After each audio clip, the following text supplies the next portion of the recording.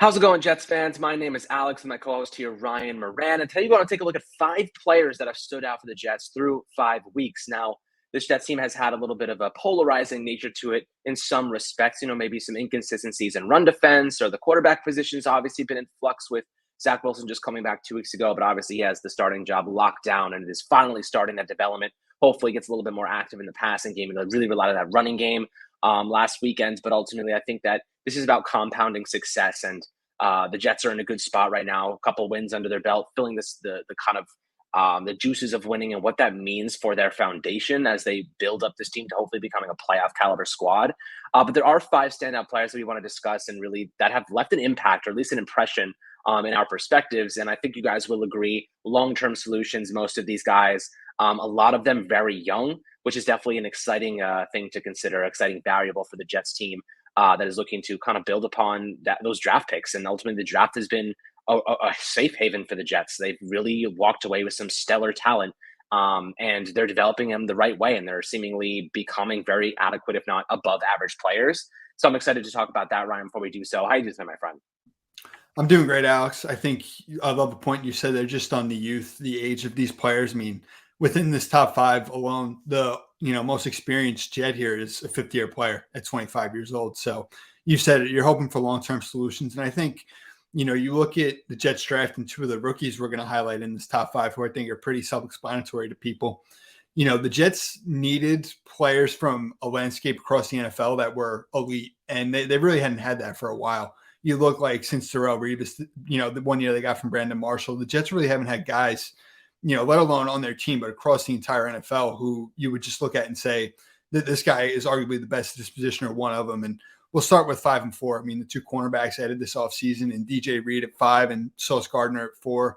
You look at what these 2 have done, along with Michael Carter II in the slot. I think this is a trio of 3 young players that's really coming into its own at, a very important position like corner. And we'll start with DJ at 5. I mean, he was signed in free agency, and there was a lot of, concern just because the Jets in recent memory with the corners, they signed to big contracts.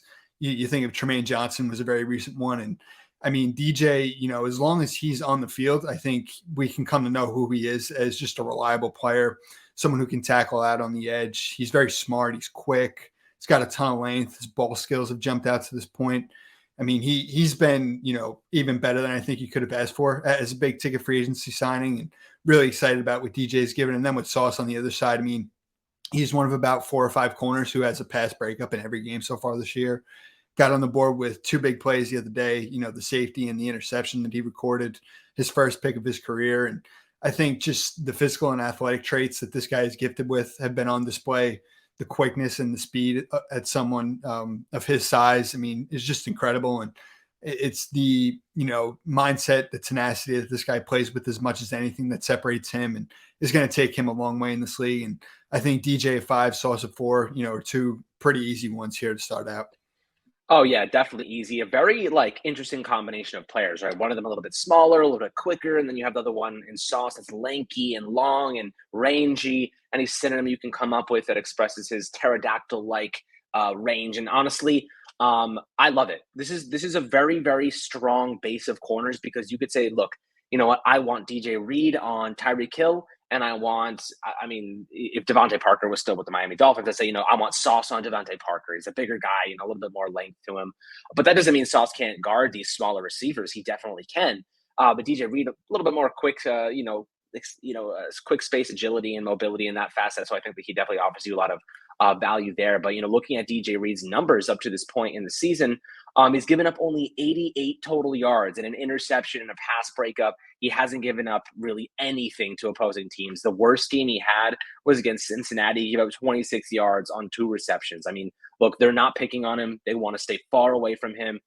He's been absolutely tremendous, one of the highest graded corners in football up to this point. If you're an opposing team, you're trying to run the football against the Jets. That's their game plan. If you're the Green Bay Packers this week, Aaron Jones, A.J. Dillon, that's where I'm going. I'm attacking those guys, but the Jets are getting Quincy Williams back. So, you got another variable there to consider. And of course, Quan Alexander's been pretty solid in his absence. So altogether, the Jets have had a really solid start to the season defensively. A couple hiccups in the beginning, mostly because of the safety position, but they have so much youth on this team, and so much of that capital, their resources are tied up in other positions.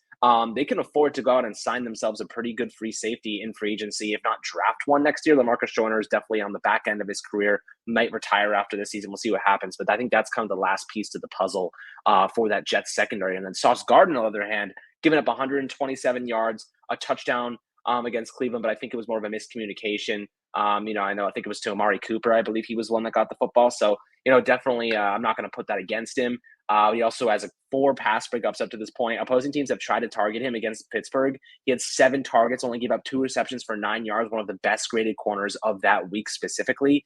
And then against Miami, 3 receptions, 5 targets, 26 yards. His worst game probably was against Cincinnati, where he gave up 51 yards. So, they tried to throw the ball a little bit more against the Jets, and ultimately they didn't really get much going. 26 yards against DJ, 51 against Sauce. You're not beating these guys on the outside. If you want to beat the Jets, you have to be attacking the middle of the field and trying to get over LaMarcus Joyner. But then again, those corners, they have so much makeup speed that you can't really beat them deep. You're having to really rely on just great route running.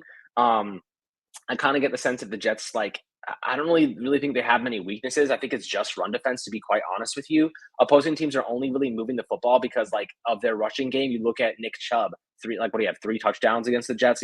It's just the run game. If they step up, if that interior steps up, if Quincy Williams comes back and make a big impact, which he did when he was playing a couple weeks ago, and right before the injury, I think was it against Cincinnati, got knocked out. Yeah, so he got knocked out against Cincinnati. That first half of the game, he was absolutely electric. He was laying the wood all over the place. So I was really excited about that. Then looking at the third guy here, Breece Hall. We talk about Breece Hall every episode, mainly because he's an absolute freaking tank, and we love Breece Hall, and he's just such a phenomenal player. He had 197 all-purpose yards in his last performance, 488 yards from scrimmage, and 3 touchdowns through the first 5 games. He's just an elite level player that has the capabilities to be an elite. I think he's on his way there. Workhorse mentality. He can handle the load. Tremendous athlete. What are your thoughts on Breece Hall before we dive over to Quinnen Williams at number 2 and Elijah Vera Tucker number 1? 2 other players who are starting off the season on a high note. Breece has been an absolute game changer. I think that's pretty obvious, and why you trade up for him like the Jets did at the top of the second round. I mean, the speed, the size, the power, the contact balance, what he can do in the passing game as both a receiver and a blocker. Breece has been, one of the Jets' best players pretty easily. And like we said on our episode 2 days ago, I mean, this is, he's on pace for over 1,600 scrimmage yards while having Michael Carter in the backfield with him as well. So it just really speaks to Breece's dominance when he gets the ball in his hands. I think you've really started to see him really the last 3 games, and it's shown up just on the stat sheet the last 2 weeks, how dominant he is and how much the Jets are really putting on him, Michael Floor specifically, week to week. And I think you're really just going to continue to see, the Jets put the game on Breece's shoulders week to week. And, he's going to be, a key focal point for this offense, running the ball in the passing game and get him help, continue to make life easier. And I think we've seen how comfortable Zach Wilson's looked in his first 2 games. And I think you got to look up to, trading up for Breece Hall and saying that's definitely got a big part of, Zach's, growth and his comfortability, just playing within the structure of the offense. Yeah, absolutely. I mean, look, it really gives Zach Wilson an outlet too, because Breece Hall has phenomenal hands. But the other guy, that really stands out so far, interior defensive lineman Quinnen Williams, 24 years old, not even 25 years old yet. They picked up his 5th-year option already for next season. He started off the year on a pretty high note. He has 17 total pressures, 4 sacks already. He's on pace for double-digit sacks, 5 QB hits, 8 quarterback hurries, 10 tackles, and 7 stops in the run game. He hasn't gotten any penalties. He's really just absolutely dominating this season to start. So, you love to see that from Quinnen Williams, a guy who's really been kind of developing, growing here, and, was hitting this stride as 88.8 defensive grade with a 90.1 pass rush grade, according to PFF. Of course, a lot of people say take that with a grain of salt, so I would suggest doing that. But the film speaks for itself. Quinnen Williams has been elite up to this point in the season. And the last guy that I want to discuss is Elijah Vera Tucker. If you've been watching this channel for a couple of weeks, you know that I believe Elijah Vera Tucker could be all pro. I believe he's that talented. I've said this routinely over the past couple of weeks before the season even began. I love AVT. He can play every freaking position. He can play every position at a Pro Bowl level. Guy just swings out to right tackle and has an unbelievable, just ridiculously good game. Swing out to left tackle, has a freaking awesome game. Swing him out to right guard, to left guard. Anywhere you put him, he kicks serious ass. And that's value you cannot put a price tag on. You cannot put a price tag on a player that could go and fill in at one of the hardest positions in football without having any reps there and kick serious ass. That is nothing. That is not something you find on a normal day in the NFL. This is a very talented player, a very versatile player, and one that should be locked down long term. I know he's only in his second year, but if I'm the Jets, fourth year comes around, you have to make a decision on his fifth year option. I'm locking him the hell down for the next 5, 6 years, and not even thinking twice about it. He is a staple. You could even kick him out to left tackle, make him permanent position player there, because ultimately you don't know when Mekhi Becton's going to be. Fant is gone after this season. Dwayne Brown, he's on a 2-year deal, so we'll see what happens there. But you can even put him at right tackle and Dwayne Brown at left tackle. There's so many different, different combinations the Jets could do. But ABT is a player that I believe is superbly elite and, will continue to do so and be so for the rest of this campaign. I think, both of these players, it was really expected, at some point, especially with Quinnen in his fourth year, and to be on pace for 10 sacks and 50 pressures, I think is what, most people wanted to see. And as you said, I mean, on the film every week, he's jumping out, he's dominating, whether it's anchoring the Jets run defense or, getting home as a pass rusher.